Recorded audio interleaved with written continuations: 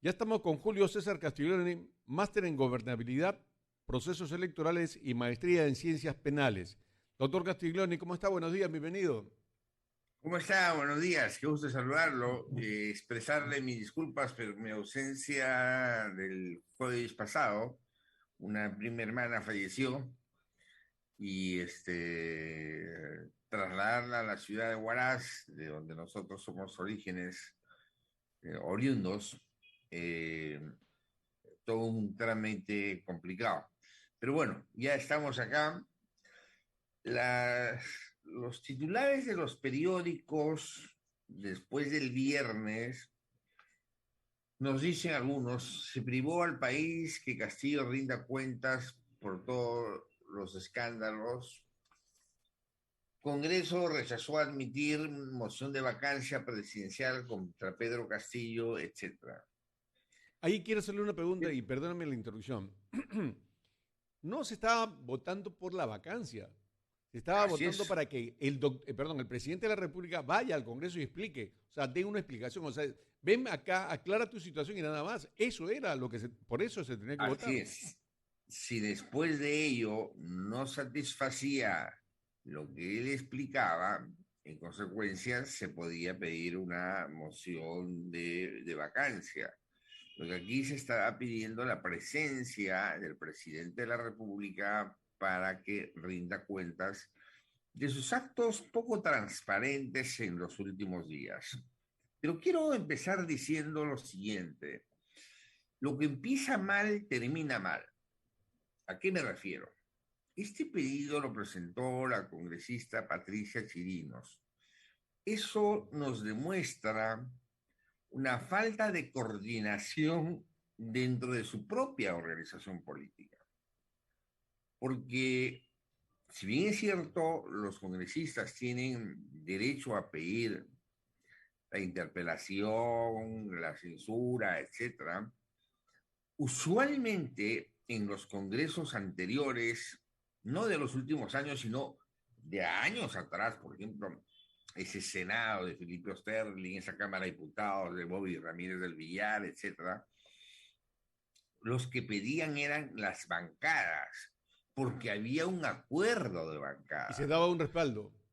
Así es. Aquí ha habido un individualismo de parte de la congresista Chirinos de querer figurar y entonces no ha tenido el apoyo mayoritario. Porque cuando uno va a pedir esto, o sea, los portavoces de los partidos se reúnen y son las bancadas las que hacen el pedido correspondiente. Ahora, ya yendo al tema, solamente saltándonos el tema para un momento de reflexión, a Vizcarra se le evacuó solamente por la vacuna, por cosas menores se le evacuó a Vizcarra y por falta de coordinación, por falta de organización en el Congreso de la República y no sabemos los negociados que está APP y Acción Popular.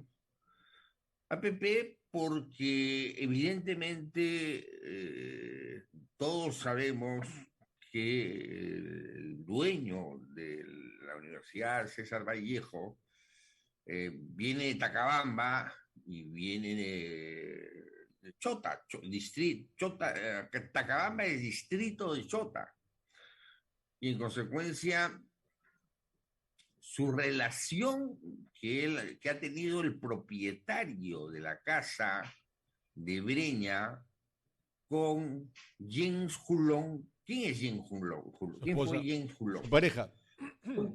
Fue alcalde de Tacabamba y ahí le dictaron 10 años de prisión, pero no por lavado de activos, sino por narcotráfico. Claro, Se fue, es un distrito amapolense, ¿no? así es, y se fue a Chota y ganó Chota.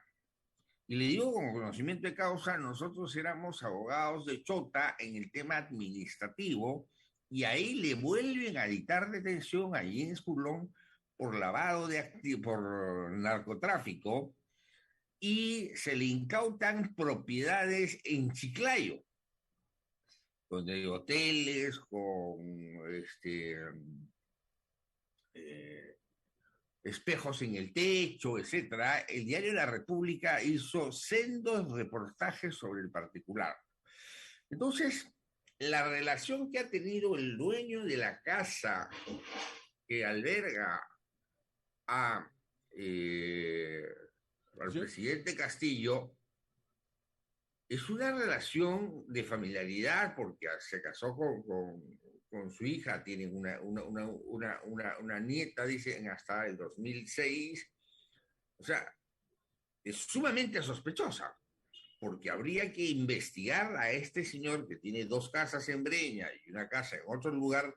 Nadie que viene así nomás de provincias puede tener tantas propiedades y además financiar el partido político. O sea, a este señor tendríamos que investigarlo porque evidentemente vienen del mismo lugar donde proviene el señor Acuña. El señor Acuña, sus antecedentes son que su dinero es origen del narcotráfico. Su padre cayó en la cárcel por narcotráfico, porque también él es de Tacabamba. Y entonces, en consecuencia, acá hay un gato encerrado de los orígenes de los dineros de estas personas pudientes hoy en día en la capital y a nivel nacional, en el caso del señor Acuña, pero que sería, como, y como las universidades no pueden ser no son auditadas rigurosamente porque sean exoneradas de todo impuesto por crearse o creado, se les debería hacer una auditoría seria sobre los ingresos que tiene la César Vallejo, porque evidentemente ahí hay una situación muy dudosa. Muchos dicen que es la lavandería de los dineros que todavía seguirían ingresando, porque quien entra al narcotráfico no puede salir. No sale.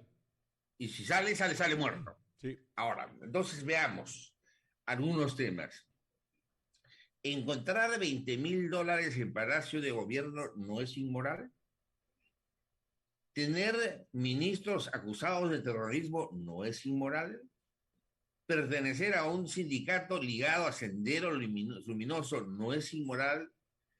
¿Reunirse con proveedores del Estado a escondidas, diciendo que es un café y donde se cambia el sombrero por la gorra, no es inmoral? O sea, si no estuviese escondiendo nada, ¿para qué se cambia de vestimenta? ¿Para qué se disfraza? ¿O ahora está disfrazado? Y normalmente cuando dictaba sus clases nunca usaba el sombrero. Y lo usó para la campaña y como le dio resultado, ahora usa el sombrero permanentemente. Dar asilo político a un expulsado de su país por corrupto como Evo Morales no es inmoral. Traficar con los ascensos de las Fuerzas Armadas no es inmoral. Colocar gente incapaz sin preparación en los cargos públicos no es inmoral. Pertenecer a una organización criminal comprobada dirigida por Vladimir Cerrón no es inmoral. Insultar a la prensa de tu país permanentemente no es inmoral. Entonces, había muchas respuestas que teníamos que escuchar, pero penosamente la falta de organización en el Congreso y de los propios peticionantes de que el pedido se hubiera hecho con bancadas, en consecuencia hubiera presentado una bancada y ahí se adherían las otras bancadas que hubiesen querido. Este pedido de presencia del presidente de la República para que rinda cuentas al Congreso de la República hubiera tenido éxito. Gran lección para los congresistas que los individualismos no nos llevan a nada. Sí. Esto quiere decir que el señor Castillo ya pasó la valla de esta carrera de fondo que tiene vallas como una carrera de vallas, No, de ninguna manera. Él va a seguir siendo investigado por la población y por los medios de prensa porque tiene mucho que explicarle al país. Realmente decir que reunirse a tomar un café con proveedores del Estado no es inmoral, pero claro que es inmoral. Ese es hasta delito. Y entonces, y encontrar $20,000 en el baño de Palacio de Gobierno, eso también es delito. Tener 80.000 soles de ahorros. No puedes, si todos, o sea, si el profesor Castillo hubiese tenido ese dinero, no hubiera postulado a la presidencia de la República. Les soy Claro. honesto. Porque él dijo palabra de maestro y ya la pobre palabra de maestro la ha trapeado el piso con esa palabra. Ahora ya los maestros son sinónimo de burla, cuando deberían ser nuestros ejemplos, porque son los que nos enseñaron en los colegios, ahora son sinónimo de burla. Palabra de maestro la ha estropeado. En consecuencia, el señor Castillo no se da cuenta que está haciendo un gobierno catastrófico, que está llevando al país a la ruina. Ha dicho que no le interesa sacrificar la economía por hacer una reforma, una segunda reforma agraria. La primera reforma agraria fue un total fracaso. ¿Y por qué fue un total fracaso? Porque lo único que hicieron es quitarle a los latifundistas o los gamonales que decían en esa época sus ganado, sus tierras y repartirlas entre los hermanos campesinos. ¿Qué hicieron los hermanos campesinos? Como no tenían dinero para invertir, se comían a las vacas, se comían al buen ganado, no cultivaban la tierra y en consecuencia, como país agrícola, nos arruinamos, fue un Un fracaso desastre. total. Fue un desastre. Ahora, ¿por qué estamos volviendo a ser un país agrícola? Porque en el gobierno de Alejandro Toledo dijo que en la zona de costa, todavía en la zona de sierra no hay eso, las cooperativas o las famosas SAIs podían vender sus terrenos y en consecuencia hay empresas que han comprado a todos los parceleros que no las podían construir, que no podían cultivarlas, pues. Y en consecuencia estamos volviendo a ser un país agrícola teniendo tantas posibilidades de crecer agrícola, en forma agrícola. Entonces, la segunda reforma agraria no es entregarle solamente una maquinaria al hermano campesino, pasa incluso por capacitarlo. Y la primera reforma agraria que hizo Velasco fue lo más catastrófico que hubo en nuestro país. Eso nos trajo abajo. Si bien es cierto, fuimos a nivel mundial en la época de Velasco, el segundo puesto en la extracción de anchoveta, pero ¿qué hicimos? Depredamos el mar, porque mañana, tarde y noche pescábamos anchoveta y depredamos el mar, por eso ahora hay etapas de veda en el mar. Ahora, pero por ejemplo, en ese caso de la pesca, doctor Castiglioni, en ese caso de la pesca, si bien es cierto, no estamos surgiendo, no nos levantamos, pero en el caso, por ejemplo, de la pesca, Chile hoy vende o tiene más pescado o anchoveta que Perú, cuando eso nunca fue. En el caso, por ejemplo, de la pota, China, que no era el primer lugar, hoy es el primer lugar, pero con la pota del Perú. ¿Cómo puede ser posible que en las 200 millas, dentro de las 200 millas, hayan botes o, perdón, embarcaciones, fábricas de China y de otros países y que van sacando y van llevándose todo y a tal punto que China hoy es el primer país productor de pota sin tener pota? Así es. ¿Qué es lo que se debería ir a hacer? Comprarle a la Marina de Guerra dos o tres barcos navieros para que hagan el patrullaje de las 200 millas y si hay algún convenio con China para que pueda hacer con los barcos arrastreros. O sea, que eso es lo más, eso es una depredación total, porque arrastra con la malla todo lo que encuentra a su paso. Pescar dentro de las 200 millas, modificar eso, que no se pesque en las 200 millas, y en las 200 millas solamente se debe pescar el pescador peruano o el Estado peruano para poder producir y poder hasta exportar. Hay empresas pequeñas como por ejemplo el Atún Beltrán. Señores, trabaja en el mercado de productores de Santa Anita y acaba de poner su empresa de pescado porque se ha metido al tema, pero no hay alicientes para la inversión nacional. Entonces, el señor Castillo puede haber pasado la primera valla de esta carrera de fondo.